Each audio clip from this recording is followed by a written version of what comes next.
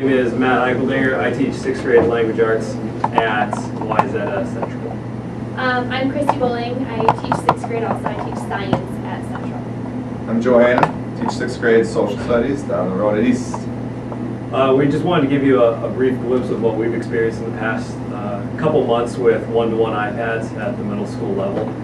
We'll start with some struggles that we face, but we also want to show you the vast amounts of success that we've had with these devices. And then we really think that today you'll benefit most from questions that you have. So any and all questions at any point in time, please just chime in. We want to be able to relieve any stress that you have with the upcoming years here. The first thing we want to talk about is struggles, and we feel like there's mainly three that we thought about, and that would be games, social media, and broken/destroyed iPads. We have uncontrolled devices, which means the students have the availability and all of them take advantage of that to basically download whatever they want. We have access to them, so we can take their iPads and we can look at them. But what that means is that they can be downloading any app. And they got really excited about this because we said, yes, you can get games. As far as, there is still that guideline that they can't have violent games, but that has been one of their main focuses, probably with the first couple weeks of iPads, the excitement of the games. The first 2 or 3 days actually during passing period, there was nobody in the hallway because they all went straight to classrooms and went right to games until class started. It was gaming. When the teacher's not talking, my iPad is open and I am playing a game. And being in middle school where you have, that's what the kids love, that 3 minutes of passing time to go up and socialize, and there's they nobody were in front of their screens for the first couple days. Yeah. But it has gone down a little bit in terms of a distraction. It's going to be the same kids that are a distraction in class anyways that are distracted by their iPads. I haven't found that too many kids are going through during class to play. It's usually just the same kids. We got a lot of feedback during our spring conferences as well, because games are also a distraction at home. So some of the things that we've done with parents is talk about, we'll get to that later. I don't know, do we want to start talking about our solutions now, or should we just wait? I think we could wait. We can wait. Yeah. One thing I want to chime in with gaming, the fun part with this whole challenge is that we're starting to see the best of our students materialize in ways that we wouldn't expect and in ways that aren't necessarily appropriate with regards to the rules.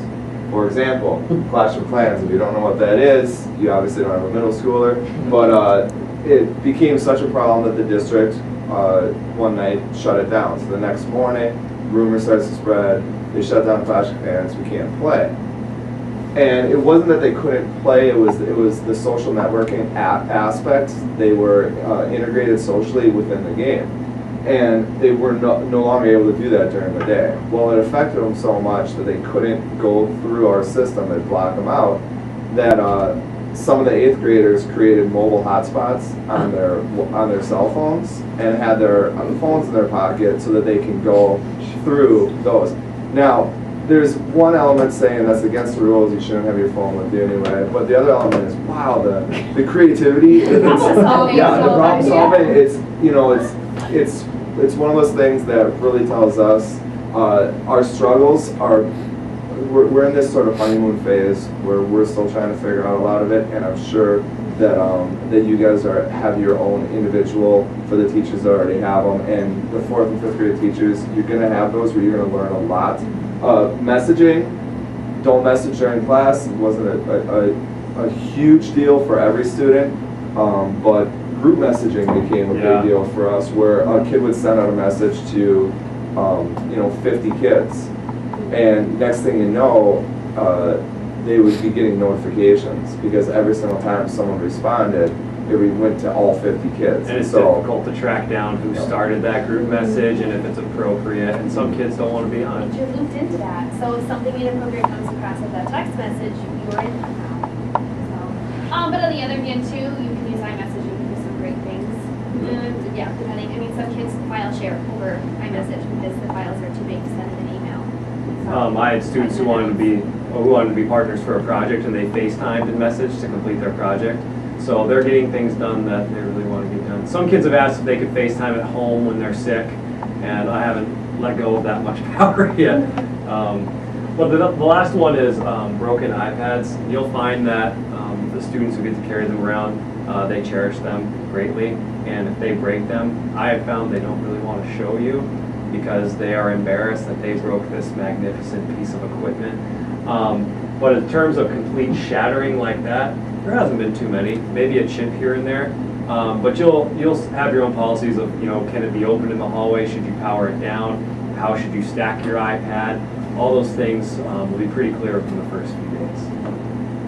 And a lot of the things that we've been struggling with too have allowed us to look back at some of our expectations that we've set. And the kids know that we're all guinea pigs in this, and so we're going to learn as we go. And the kids have been pretty flexible with that. So if we make new rules to say, you used to have them open in the hallways, we can't do that anymore, they've been pretty good about that too. From the quote from Frederick Douglass, without struggle, there's no progress. Well, we knew that there's going to be these struggles, but the progress that we're making is a positive one, and we started to reap the benefits instantly in class. Student. You were saying? That is a struggle. You guys have all have teacher iPads? Yeah. Do you ever try to use this, and do you have to do this all day like I do? Not everybody has access to it. Only a few people Okay. do. I was, and now I'm not. And now is it going to show up? There you go. There we go. I'm back. All right. Here's one of your fine alumni, Jack Anderson. Fully engaged. I mean, he's sitting there working, eating a snack, and I took that picture because that was about a half hour into a 43-minute class, and I didn't see anything other than that for the whole time. They had 43 minutes to work, and 30 minutes for a 6th grader, 30 minutes of engagement in one thing, and he was engaged the whole time because I saw the final product. It's giving kids the opportunity and the power to be able to take their learning in a direction and the way they want, and so really focusing on finding ways to tap into that. And I think the students tell us a lot about what they want to do and how they want to learn, and these really open the door. They actually were doing something in which a lot of kids were drawing, and Jack was doing something called 1-2-3D design, which is 3D modeling. So it's like, as other kids were drawing on paper still, or using like a blank canvas, like Notability, which we'll talk about later, Jack and his friend figured out a 3D modeling and said, this is so much better. And of course, then everyone else said, what are you doing back there? And they found out, and then they went and they downloaded it as a free app. And yes, that's students teaching other students, which is kind of the cool part of it. I was going to say, which kind of leads into collaboration among students, going home, getting into chat rooms, trying to figure things out on their own through Notability and even their email accounts. I've had students chat, over the weekend on assignments they missed. They send each other documents that they forgot to download from Moodle. Kids don't know how to get down there. So I have found that the iPads alone are cutting down on my teaching time of solving some problems. While there's others arising, it's cutting down on some of the other things that I was used to having to constantly fix. I know even we had the honeymoon period where for the first week, anything we did in the iPads, kids just ate it up. But I still find that I have science notebooks, so they have a spiral notebook, and all of the notes that we take and reflections that we do stays within the spiral. And we got iPads, and I'm thinking, great, rather than that, we can start storing these items within Notability. And I would say 95 to most times, even 100% of the kids now are choosing to do those notes within Notability, and even the level of engagement during those lectures, they'll sit and get days in the science classroom, they're still very focused because they are able to do those things on their iPads now, which the engagement is huge. I took this picture because I love it. Another alumni, Allie Ezralov, I don't remember Allie, but so here's the deal. She was working with this student, and you can barely see the other student, but they're working on a project together. Allie's doing one portion of it where she's making a drawing, and the other student is doing the presentation. And then when they actually presented, Allie showed the rest of the class the drawing as the other student was reading the sort of highlights. And I never thought of collaboration as a way for them to figure out how can we differentiate the workload and also the delivery of the information in this presentation. I thought it was so cool, and once again, that's not just students teaching each other, but then students teaching us as the teachers. I did a lit circle with a app called Subtext, where you can purchase a book and make notes in that book itself on your iPad. And so each student came to their lit circle with a different role. Some people had to analyze the character, another gave a summary of the reading, and just to watch them bring what they did on their own in a timely manner and be able to look at what each other was doing while they were working on that piece was pretty significant. And some of you guys might have already reaped the benefits of having a dongle, which I should probably be using soon here. And anytime that a student has something novel, has something to share, whether it's a presentation or just a really good idea or something that they've done, empowering them with the ability to say, hey, let's plug in and show the class, which is exactly what happened here, is all these kids were gathered around trying to look at Adam's screen, and I'm like, time out, Adam, give me your iPad. Plugged it in, I'm like, Adam, just show the class, you guys grab a seat. And they all sat down and just watched, you know, and so you definitely have those options. I'm done with it right now. You can go ahead and try one of these. Oh. Are you off though? How many of you have a doc cam? Those of you who don't have a doc cam, Belinda gave me this odd metal looking piece, and I just flip my iPad upside down and turn my camera on, and it's an automatic zoom doc cam, and I can bring that doc cam anywhere in the room to show students. Does that make sense? So if I want to quickly show what someone is writing for their introduction, I just take my iPad over, flip it, turn my camera on. And I've gone to mine because my doc cam doesn't work properly. The lighting's pretty poor on it, so I don't have the lovely little tool that Mr. Wright does, but it's been pretty nice. What's the name? Is it a? It looks like someone welded it out of a junkyard. Yeah, scrap metal. It's like scrap metal, yeah, with a hinge on it, and it can hold your iPad tight. I don't know, Belinda just handed it to me one day. She said, tell me what you think of it. We actually purchased 3. So there's one at the elementary level. The teacher at Birchview is using it right now. And then there's one at the middle and one at the high school. And really, there's no plan right now to purchase them because we don't have the funding to do that. But what's happening is we have some buildings where people have their doc cams and they're coming to their buildings saying, hey, can I get a new doc cam for $600? Well, maybe a better solution is for $50 or $60 you can get one of these stands and use your iPad. And in addition to working like a doc cam, it also lets you videotape and audio record what's happening during that lesson, as well as take a picture of whatever you put under there and annotate on top of it with your finger as a pen. So it has a lot of functionality. What's it called? I don't remember. Oh, I don't remember. That's a catchy name. I can look it up later for you. One of the biggest things we've learned at the middle school level is workflow. Staying organized within your iPad. It's very easy to keep and load documents on this thing. There's tons of places to store it, but can you sync them all to where a student can find what you want very quickly? And we were, actually, you made the document, right? Along with Dave Lutz with, walking students through each of these and having a 20-minute period where I would say, okay, students, you are now going to set up your Notability, and here are the steps. And what we found is we said, open up your app Notability and make folders, and we just let them go. And many of the things that we thought we'd have to spend lots of time on, we didn't have to, which was cool. I don't know if you want to speak more to that. Yeah. It's one of those things that becomes intuitive for kids. You just got to manage it like you would any other classroom activity. We did it in advisory where we had about 18 students, and in most of the days that we did this, we had about 12 students that were completely self-sufficient. They were able to complete the learning targets that we put out, and the learning targets might have been something as simple as create a subject for every one of your classes in Notability. About 12 of them were self-sufficient. There was about 4 of them that were kind of struggling, and 2 of them that were hopeless in regards to they didn't have Notability yet, or they, a lot of that stuff. It freed us up to be able to say, all right, the 12 of you, I need a few helpers. Are you four? Help these four. I'm going to help Johnny over here. And it was one of those things that it was a non-issue for us to teach students how to use it. It's really more about monitoring and using kind of the students as student experts to be able to help with that. And you don't have to be the tech expert at all.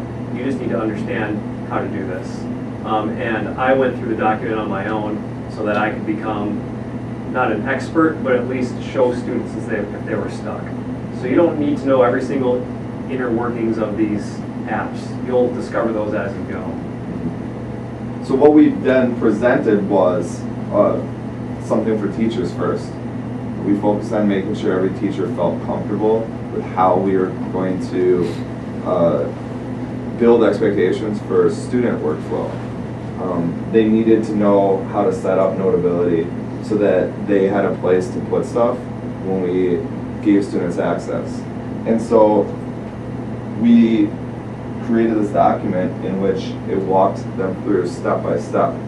Here's what you do. And this is all for teachers. We never envisioned students having to use this because they wouldn't need it. But for the teachers who are like, this is not intuitive, this is, I'm not a digital native, I am like trying to figure all this out. We created step by step with pictures to show them exactly what we were expecting the students to be able to do, so they could do it, so that if students then did come and say, I'm struggling, that they could say, well, I can help you with as much as I know. We created videos, and on YouTube we have a channel that has all these videos hosted where the teachers could actually watch as we walked through and did it on the screen. So that in the end, the teachers, when the kids got the iPads, the teachers felt like they were equipped and ready to support the students and not have to worry about teaching them. But that support piece was something that was huge for the students that were struggling a little bit. It was essential to have the staff comfortable. And I even found, I was a little bit weary going through this, and I know our intention was to possibly go through these steps. And Matt and I talked, all we need to do is give them the learning outcome, say, you need to create a category for every class and a subject within, and they did it.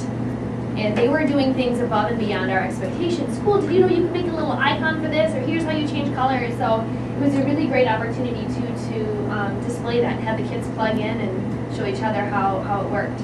So they were teaching me more than teaching each other. We also spent some time thinking about how these are all able to work together, and we were very explicit on making this make sense, so that when we did have students do this, we were able to then connect the pieces by saying, all right, yesterday you guys set up Notability, you did a great job. Now we're going to start putting stuff in there. And where we're going to get the stuff is Moodle. And MTouch Plus is our portal to get to Moodle. That's how we get to the stuff to put into Notability. So now we're going to set this up. And then they did it. And it was just little bits at a time, but in a logical way, so that when they got to sort of phase 2, the bottom row, okay, now we're going to go, we're going to play with that stuff that we put into Notability, and then we're going to share it.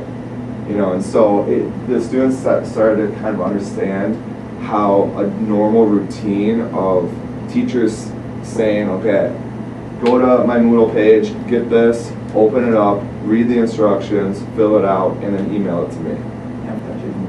Yeah, it's the Moodle portal. So they could use either. So they could use MTouch, and so the view of it is a little neater than you would go if you just use Safari for your browser. And my students will use either, because we had some issues a couple weeks ago with just some glitches with MTouch, which have been fixed now, but they can use either.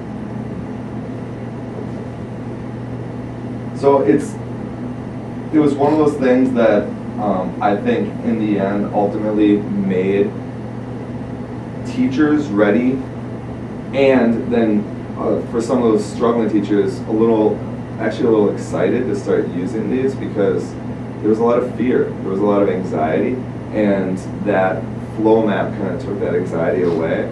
And that made it more beneficial for them to get beyond how am I going to teach my students and empower them to say, all right, how can I create lessons for my content area that can engage my students? And we ended the last, I don't have to keep scrolling, but the last two like iMovie ones, it's really fun to see those teachers, and you might be one of those teachers that was a little bit fearful and kind of hesitant, a little bit anxious, and next thing you know, their students are making iMovies, and the teachers are making their iMovies, and it's really fun to see that they've kind of opened their minds to a whole new world of what education can look like. And if you want to talk about teacher-to-student relationships, now you have something else in common with your students. Mr. Ike, look at this app I downloaded. It's really cool. Even this game, I don't know if the hot craze right now is Llama or Alpaca World is the new game right now. Mr. Ike, do you want to play Alpaca World with me and fight alpacas? Well, I don't, but that's really nice that you asked me. Or seeing what they've created at home. Mr. Ike, look at this Harlem Shake video I made with my friends outside of class. Look at, we made our own book, and just the things that they're doing that they can share with you to find some commonality has been, I think. Now this piece I don't know if you'll deal with as much because your iPads will be staying here, but something that we noticed is parents are struggling to find their role in this. How do they fit when their kid brings their iPad home, or even how can they support their child here with their iPad? And so I guess the first one still, I think, is very relevant to all teachers, making sure the parents are very clear how students are using iPads so they can have those conversations. At the middle school level, there's a disconnect, and a lot of parents, I know, Lori can for sure speak to this right now. As having a sixth grader, there's a big difference between fifth grade, where you're still really, active in what's happening at school, and sixth grade, where you're almost like in the shadows, and your kid doesn't want to talk to you sometimes. And we don't want parents to ever feel like they are being kept from this new thing that's happening at school. So really explaining to them as much as possible what their students are doing, so that they can ask their students, they can have that common language, so they can say, hey, I heard you guys are using MTouch Plus, like, so what is this? Oh, well, we're going on to Moodle to get our assignments now. All right, cool. Well, if you could imagine your intimidation with having an iPad in your classroom with 30 students, imagine, parent perspective being intimidated by this device. I mean, we know these apps called MTouch, we know iMovie, we know all these apps that we're going to use, and parents have no idea what even those are. So to say we're using these and this iPad is fairly intimidating as a parent. The good news is, since they're not going to be taking them home, there's two less things you got to worry about, which are headaches for us every single day. But I mean, it's part of the process, but it is something where these two things are huge for sure, and you guys won't have to worry about it.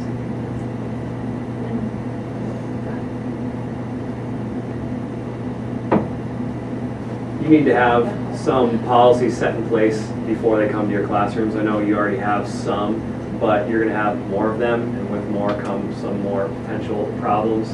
For example, where you're putting that iPad when you get to class, is it stacked up high where it might get knocked over and fall into the ground? Is it shoved under everything? Do you have a little corner of your desk for first graders, like put it in the box? I don't know, but there needs to be a routine. A routine will keep iPads from breaking, will keep problems from happening. We set a lot of policies with our school, and it's been great because there are signs now up on the bathrooms and on the locker rooms, because that was a fear for us as well. With these students that have access to all the tools that they do on their iPad, what's going to happen if all of a sudden they started taking video in the locker room? So that was a big fear for us. But kids have been really great. School atmosphere is still very positive, and kids are responsive to the things that we've implemented. That's point, I just lost it. Okay. Besides these two maintenance and policies, something that we ran into is if there is a glitch on the iPad or it does break, updating all that work that you've put into that student's iPad, all those documents that they may need, they need to be updating that via iCloud or another thing that they download to back up their stuff. There's been a few kids where their iPad is broke and then they go to the media center to get their new iPad and none of their stuff is backed up and they accidentally lose it all or it doesn't all back up. And that's frustrating for teachers and students after all that work has been put in. And I can talk about number 4. We have expandables, and that is the main tool of organization in 6th grade. And before the iPad, so anything that they had in certain classes got filed in a particular place in their expandables, and we needed to have intentional time to clean and organize that expandable. And it's the same thing for the iPad. I went in last week with my science crew as we were going into a new unit, and I said, all right, start pulling these notes, and this kid had never made his folders. He was busy helping other students because he already knew how to do that when we were doing the folder organization. So he was one of the people that were out helping, and all of a sudden he has nothing on his iPad. Very capable of doing that. And then he's never labeled any of his notes to Notability. So now it's no longer just moving them where they need to go, but making sure that organization, we stay caught up on that, because otherwise. And it's tricky. There's literally thousands of apps that do kind of the same thing. So when I look at 3 types where you could put your homework and get reminders, you have My Homework, the Reminders app, and even iCalendar where students can put when things are due. And it's tough because you want to be on the same page at the same time. This is an opportunity to be an individual and do things that work best for you. But the key thing is whatever venue the students choose, they need to be doing it correctly and up to date. And sometimes that can be hard to manage. How do you manage that when they don't? When it's all over the place and you have nowhere, and you have no idea where to find it because that's where they put it. And that is where you take that intentional time and say, we still have protected silent reading and flex time. And so this is the opportunity to pull them aside and say, you need to do this. And I will sit with them one-on-one. Again, I know this kid can do it, and I'm just making sure it gets done. Or you just sit down and say, you're only using this app now. Because some students will have some stuff in My Homework. They'll put different things in their iCalendar. It's like, no, we are going to mesh them all. And you are going to use this one from now on. And they will do check-ins. And reminding them, even email. They've had their email accounts now, but some of them don't check it regularly. So getting them back on routines. If this is a way to communicate, and I've sent some of them emails and never responded, and we found out within Moodle to change some of the settings, because if they are in my course for Moodle, anything I do in my Moodle page, Miss Bowling just uploaded this file, they get an email stating that.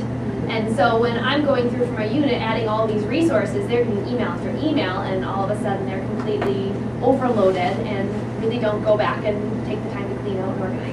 I keep using the phrase digital citizen. Like, these are very common things that you are going to need for life in general. Having a clean inbox, responding to emails appropriately, having life organized in general. One last thing I wanted to say with regards to the difference between number 2, the school-wide rules, which obviously, Karen's going to have a lot at stake with learning what, is going on in the different classrooms and having to make some policies, but there's always going to be room for that sort of individual process in your classroom. Things that, and I do it up there, things like putting the iPad right in the center of your desk. It's amazing how little things like that, where kids now, when they come in my class, I'm like, all right, center them up and open, Notability and start working on it. And they know the language because I've taught them when students are walking by, if your iPad is next to all your folders and leaning over and someone bumps it and it falls, that's how these screens are breaking. And so just little things like that. Case closed when not in use. There's going to be some teachers where you're going to feel more comfortable having them come in and open that iPad and get started on something right away. And there's going to be other teachers that are going to say, when you come in, the case is closed until I tell you you need to open your iPad and use it, so that it's a more of a control issue. Just establishing those. We have a lot of teachers now that are using QR codes, and one of them, when the kids walk in the door, they scan the QR code and it tells them the learning targets for the day. of course they're going to have to then have it open, and they're going to get active right away. But that teacher never used learning targets before, and so they're in the process of kind of recreating what their classroom management looks like with regards to the process. Try new things and learn those, and for sure find ways to individualize your classroom, irregardless of whatever school-wide rules and policies need to be put in place for the sake of everyone being on the same page. And once you get past these hurdles, because for me that's what it was. Well, I had all of these questions with, how am I going to manage this in the classroom? What is this going to look like? What's my role going to be? My confidence is much stronger now that I'm using this really as the focus for personalization. I mean, it was always there before, and now this is a tool that's allowing me to do that so much easier now. And I feel much more confident to try new things, and because of this, because I've been able to tackle these successfully. And communicates when you learn stuff. And you guys can start doing this now, you probably already have. Communicate with Karen when you find stuff out, because that really helps in the process. We learned earbuds. What kids would do is they would have earbuds for legitimate classroom projects and stuff, but they would pack up to go, and they would take the earbuds, and one of the kids threw them inside, closed the case, and smashed the screen. Didn't even think about it. It was just packing up, threw it in, smashed the screen. Like, all right, we didn't think about that, but we communicated. Email went out.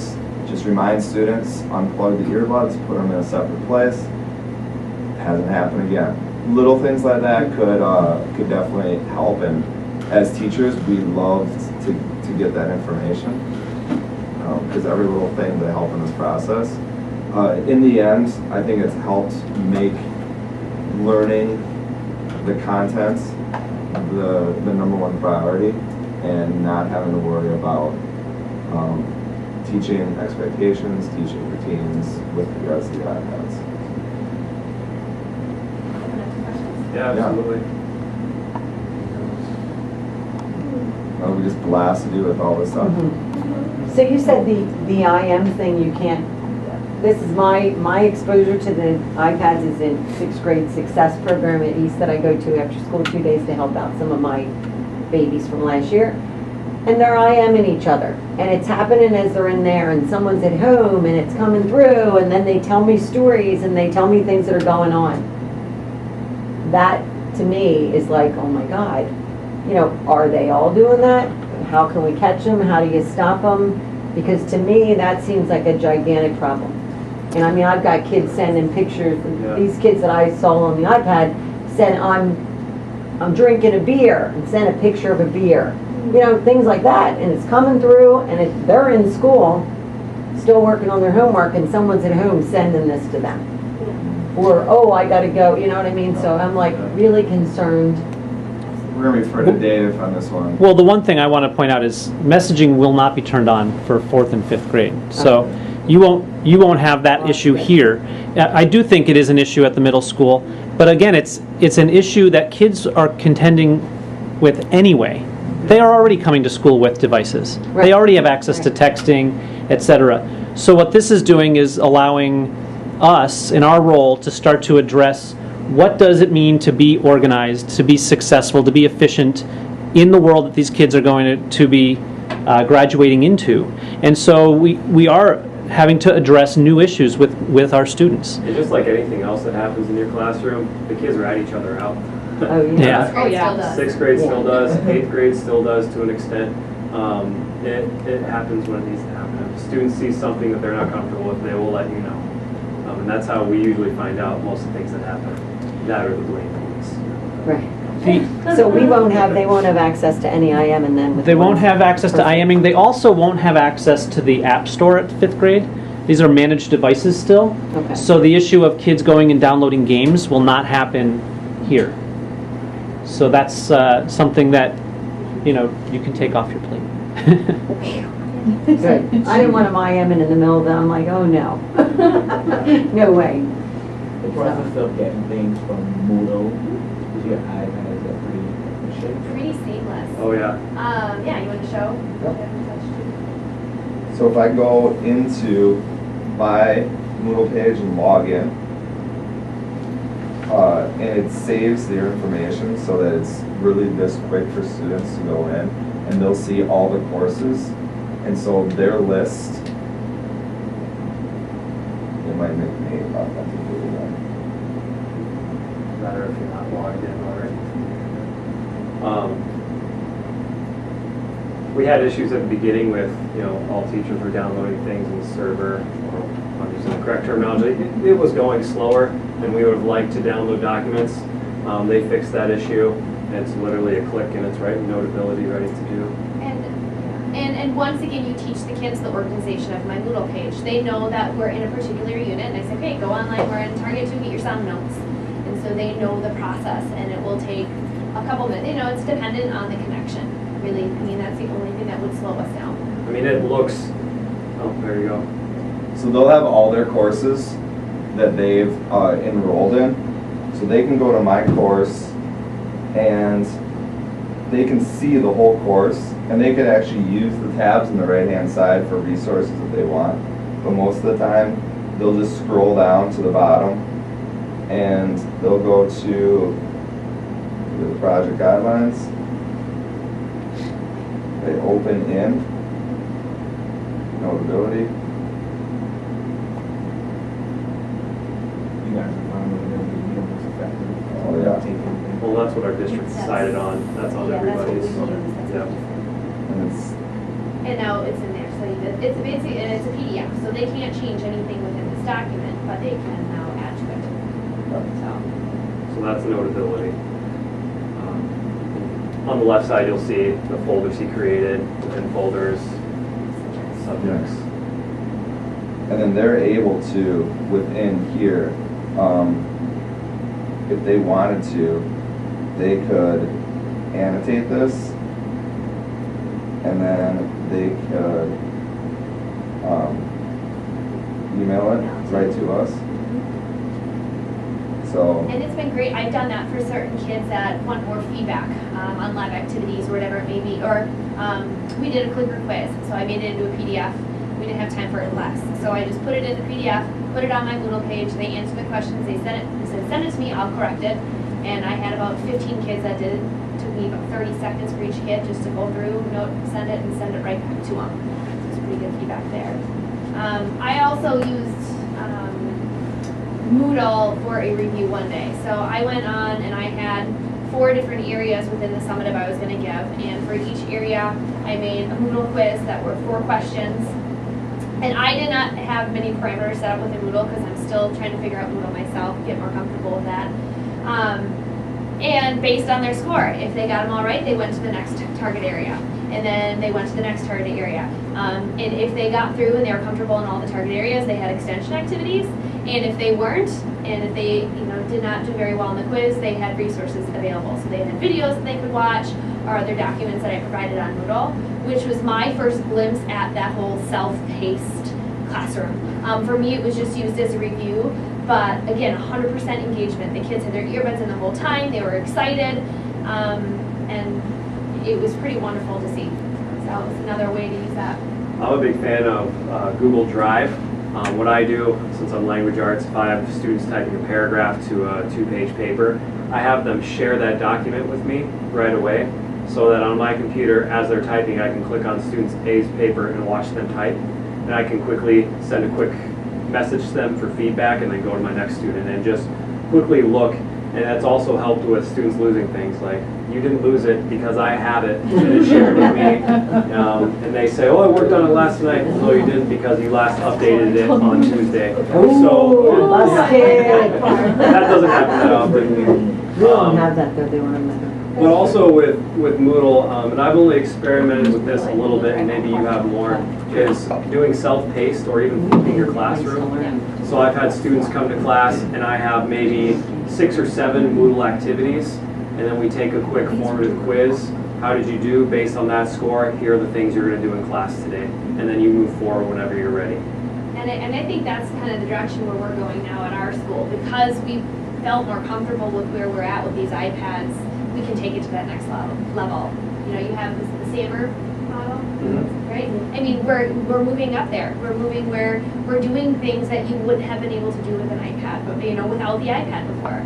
So once you get over these hurdles, it's pretty amazing to see some of the things that you do. Students working on a group project, if Laura, you're doing research on one thing, Lindsay, you're doing another on the other, you can email each other, and students will do that a lot, where they'll work and one person will dictate, and then they'll just quickly email whatever they dictate. They'll email it to the rest of the group, and you can do it in a PDF, but you can also do it in a note. Either way, as long as the person has notability, it doesn't matter, because then they can open it up and then they can still edit it. So it's really neat for group work, so that one person can have that job of dictating and then just emailing it out. Workflow and getting work assignments in, and then having to open the email, check the work, that type of thing. Would it be fun for them? If you are comfortable and more advanced with Moodle, you can create an assignment where they can actually open the note in, and they can choose MTouch Plus, and they can put it into that assignment. So all you have to do is go in to the assignment. So you as a teacher can go into Moodle and you can go into the assignment, and I didn't have an assignment set up. And I'll show what I do. But then I'd be able to then, Yeah, well, I'm going to do my Google Drive. So yeah. When students are writing a paper for language arts, I have it set up so it automatically goes into a certain folder, into my Google Drive, and I usually access this on my computer, but since it saves without having internet, if I want to grade at home and I have my iPad, I click on Core 1, I want to look at their compare-contrast papers, and then I have all their papers right here. And I can click on it, and it should pull it up.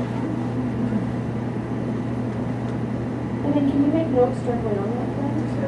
I can't draw on it. I could put it in Notability, make the writing, but what I do is on my computer, I can click on a word, and that word gets highlighted, and I make a note, and that student sees it right there for them.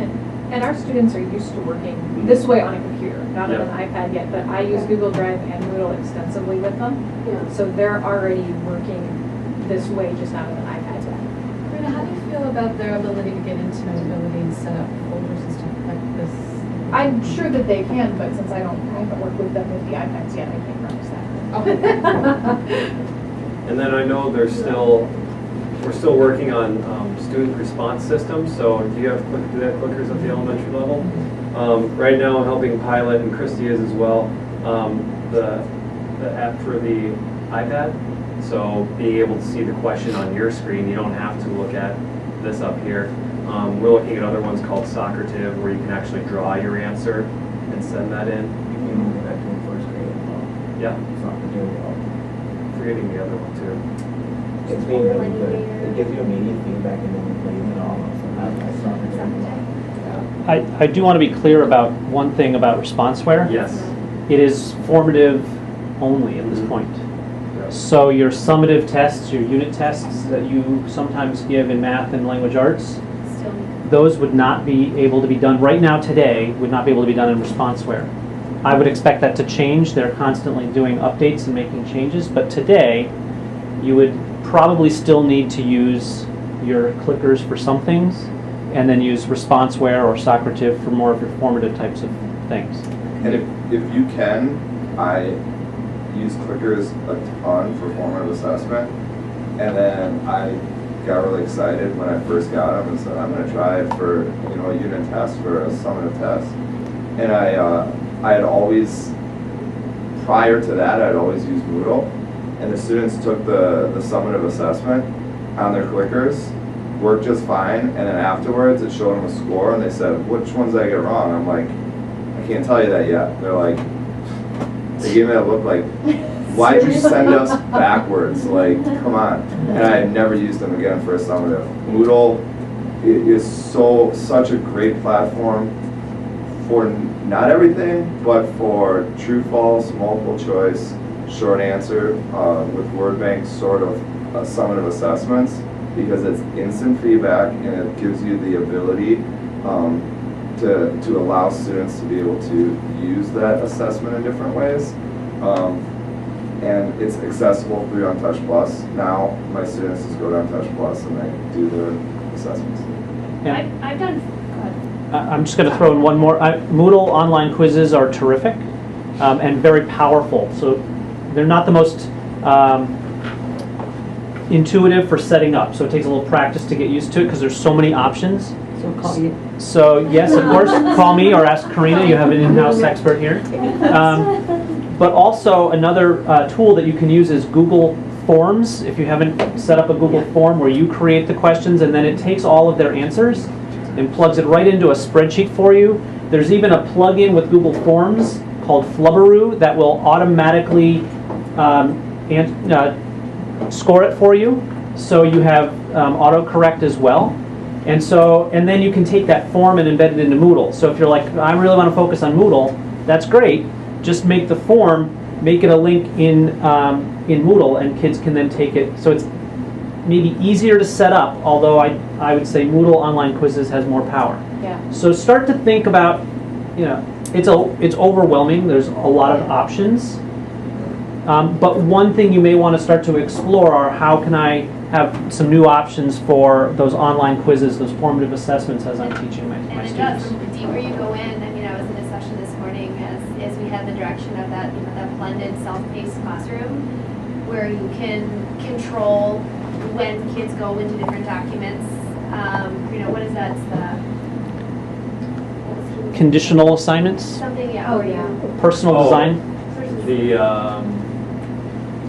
I don't know, yes. Yeah. It's where basically you're unlocking. So the student has to perform 80% or better, and once they do, then then the next assignment is It's like unlocked. a gaming level. It is, it's like choose your own Yeah. adventure. I mean, and that's really kind of how that Yeah. whole piece turns out to be too. And she's going deeper where it is.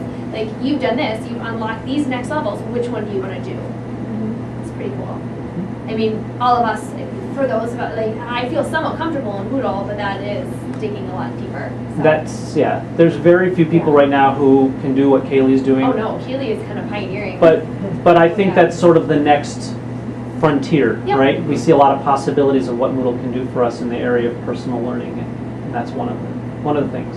So make that sort of your pipe dream down the road. Don't think you're going to start there. Cheryl will be the first one here. All right. Miss Tech.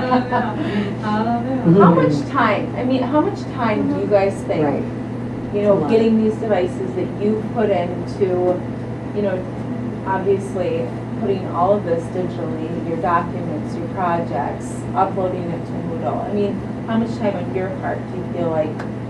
It's the. Is it It's less the than you initial- think? The learning curve. I mean, yeah, Right. it's that Where time initial, goes. and it's the initial figuring out what's the best way to scan this and put this in. And then how do I go about turning that into a PDF? And so it's the process where you learn how to do everything, and after that, it's just a few clicks. And Yep, pretty seamless. literally a few clicks. Like the day that I flipped my classroom in the morning, I made a 10-minute video for students, uploaded it to my Moodle page, turned my PowerPoint into a PDF that they could download, and I was done within 15 minutes. And that was because I was scrambling. So once you figure out how things work best for you, it really is seamless. As far as design, does anybody have a really cool, great design of a Moodle page? Like, what would The be? templates or anything? Like, or, have you seen anybody say, wow, that's the standard for a Moodle page? I haven't actually seen too many others. Yeah. Mine is. I feel like Mine they is use just it. by unit. I mean, Yeah. in middle school, I think that's what we see a lot of too. Well, go ahead. There's an elementary math one that I'm showing later in Oh, my good. session. Okay. That is pretty slick. Because is it a lot of the scroll bar, scroll down? The way I Yeah. work with mine too, is that the most current unit is at the top. Yeah. Or you I can- go ahead. I would also add, and I don't know how many people are familiar with this or not, but there is a new format in Moodle called folder view, where you only see one topic at a time. And that gets rid of a lot of the scrolling, and it directs kids to where you want them to go much more efficiently, yeah. It takes them back to the same place when they log in again that they were last time. There's a Oh. little menu at the bottom that says jump to. So every time we switch topics, I say, okay, now you jump to blah. And it's really slick. Okay, great. Good to know, excited. Yeah. I'd also point out, Cheryl, it's a great thing to see what other people are doing in Moodle to get ideas. So a lot of my Moodle user groups, that's what we do. We poke around in people's classes, Oh, exactly. you know? Yeah. But I'm a little leery of saying everybody should do it this way. It's Moodle is like your classroom. Well, you know, you don't walk in and see every classroom look the same. You know, desks aren't set up the same way. Bulletin boards are different. But And I Moodle's do go into other classrooms and steal ideas. absolutely. So right. So I think it's great to be able to see what people are doing, and that's again what we do in a lot of our classes that we do. But then you kind of take it and make it your own, however you want to. But to start with the template makes To more see sense. something that looks So pretty for- good and it's, Well, but wow, to this have an is- idea of this Yeah. is Mhm. most efficiently now make changes. Well, another thing that we have done, I'll use your third grade team here as an example, is they came to a class together and they are designing their course together. So they're basically designing everything in Eric's course, and then we can import everything from Eric's class into the other teachers' classes, so they'd have all identical classes. So what we can do is, you can go and say, wow, this class is exactly what I want, or it's close to what I want. We can import that into your course with the permission of that teacher. That's your template. That's how you get started, and then you go and make it your own and make changes. So that's another option for getting started in Moodle. I'm going to back up to something more basic. If I walked into your classroom a year ago, and I came in to watch you teach social studies, and if I came in today, what would you say the difference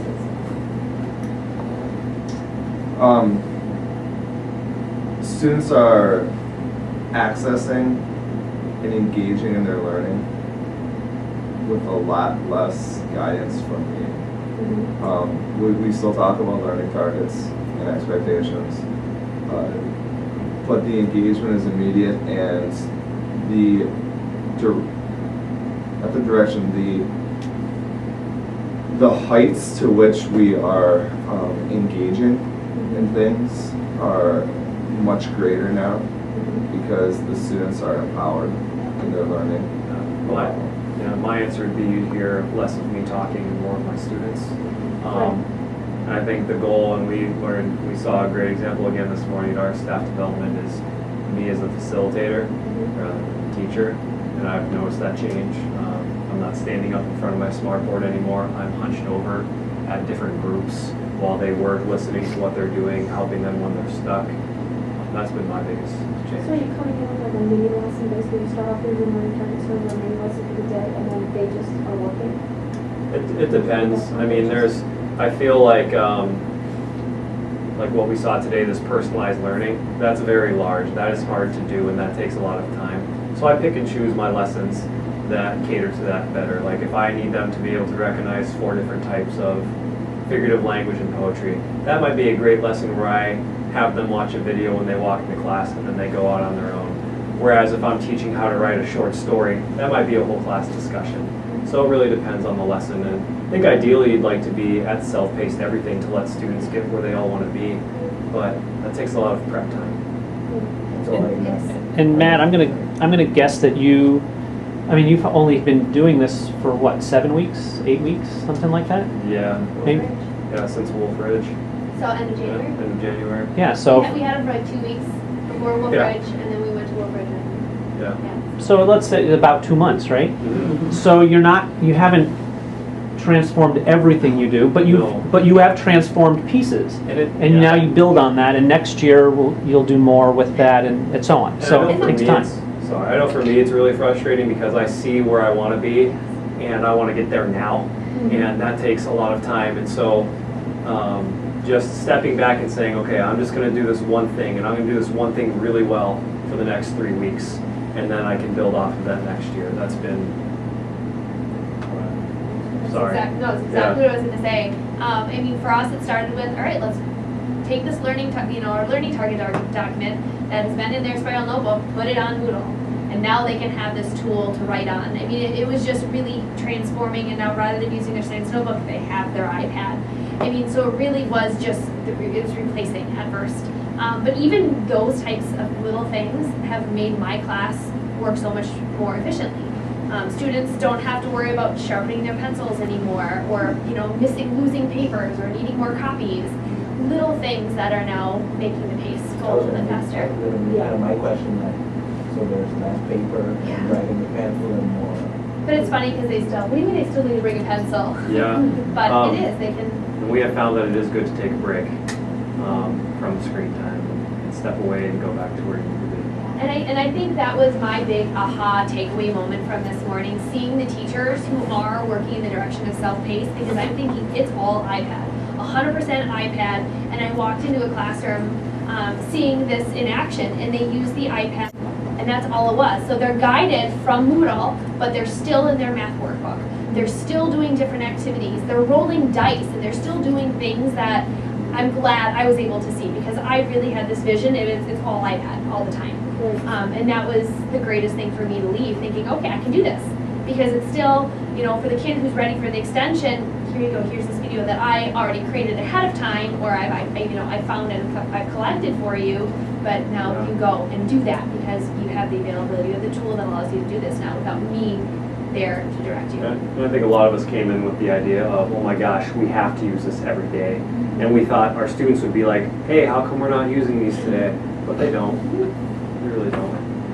Well, and I think that where you guys are specialty areas and we're looking at the entire curriculum, it can be able to, well, like, wow, if I was only doing one subject, it would probably love that better focus, but I think, like Dave was saying, it's just those little pieces and doing it bit by bit, Yeah. and not feeling like it has to be out and used every single day. Yeah, definitely go at your pace. Some guys been utilizing their PLC time a lot to share. You know, I think at this point, we're all still dabbling and creating. So when I meet with my PLC, we're still looking at our, you know, does our quizzes meet the needs of our test? Are we checking our students' learning where it needs to be checked? And then we come together for our next PLC and be like, oh, by the way, I did this on Moodle really quick because I thought it might work. And hey, I tried this on Moodle. Don't ever try that. You know. So I still feel like we're learning that, dabbling. Ours right now is in the process of the self-paced, how we're going to develop our unit. And it's great to have those support people to bounce ideas to do it together. For that science stuff, could we talk about how do the kids interface? Are they using finger or stylus or keypad or all? All, actually. Yeah. We have a lot of the kids who have, because they knew they were coming and it was right after holiday season, a lot of the kids came back and, you know, I got this for Christmas. So they have their keypad. Not everybody uses it though. I know a handful of students who have that keyboard, rarely use it. And some kids prefer their finger over the stylus.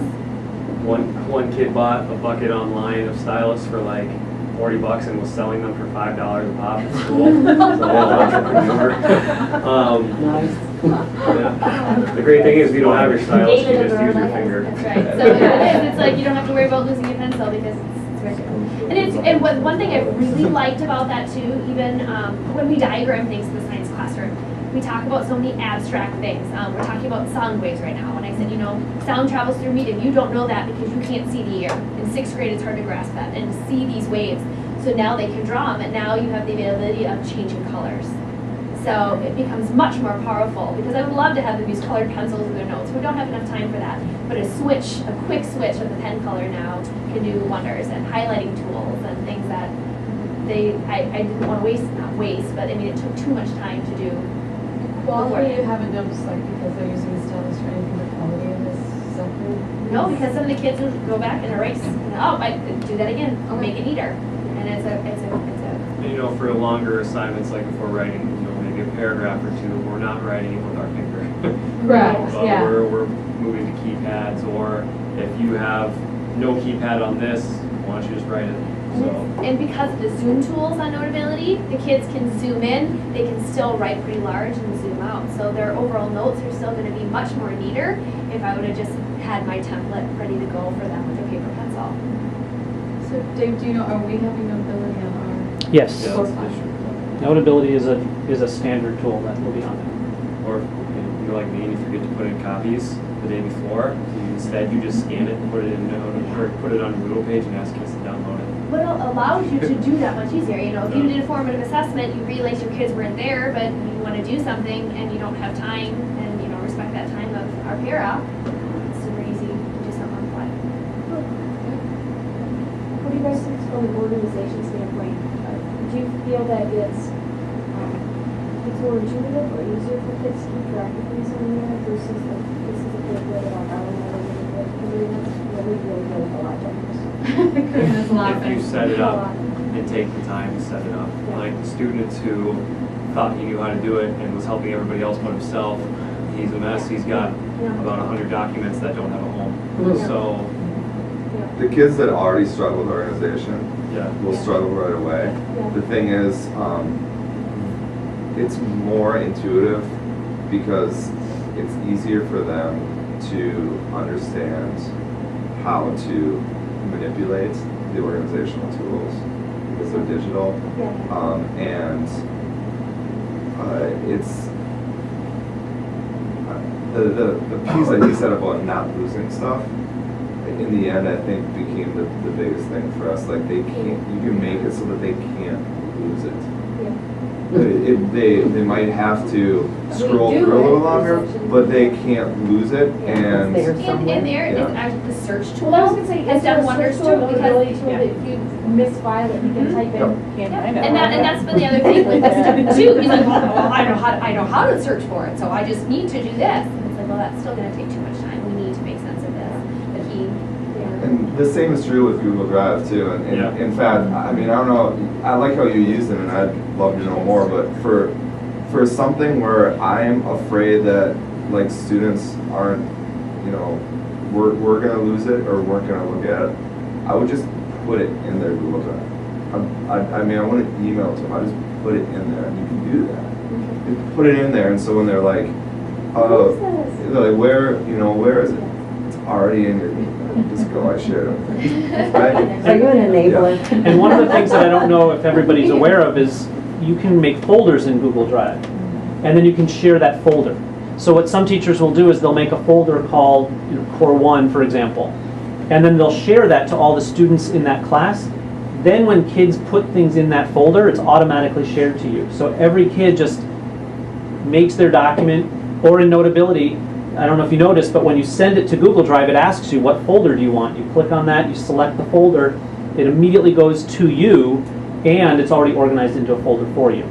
So it's easy to find the work that you're looking for. You really do have to set up folders. You can do that in reverse too, though, where you can take a document and put it into the folder, and then when kids go into their Google Drive, they can find it easily as well. So it works kind of both ways. And Karina and I just talked about it because they can get their Google Drives at home. So some of the stuff we were working on here,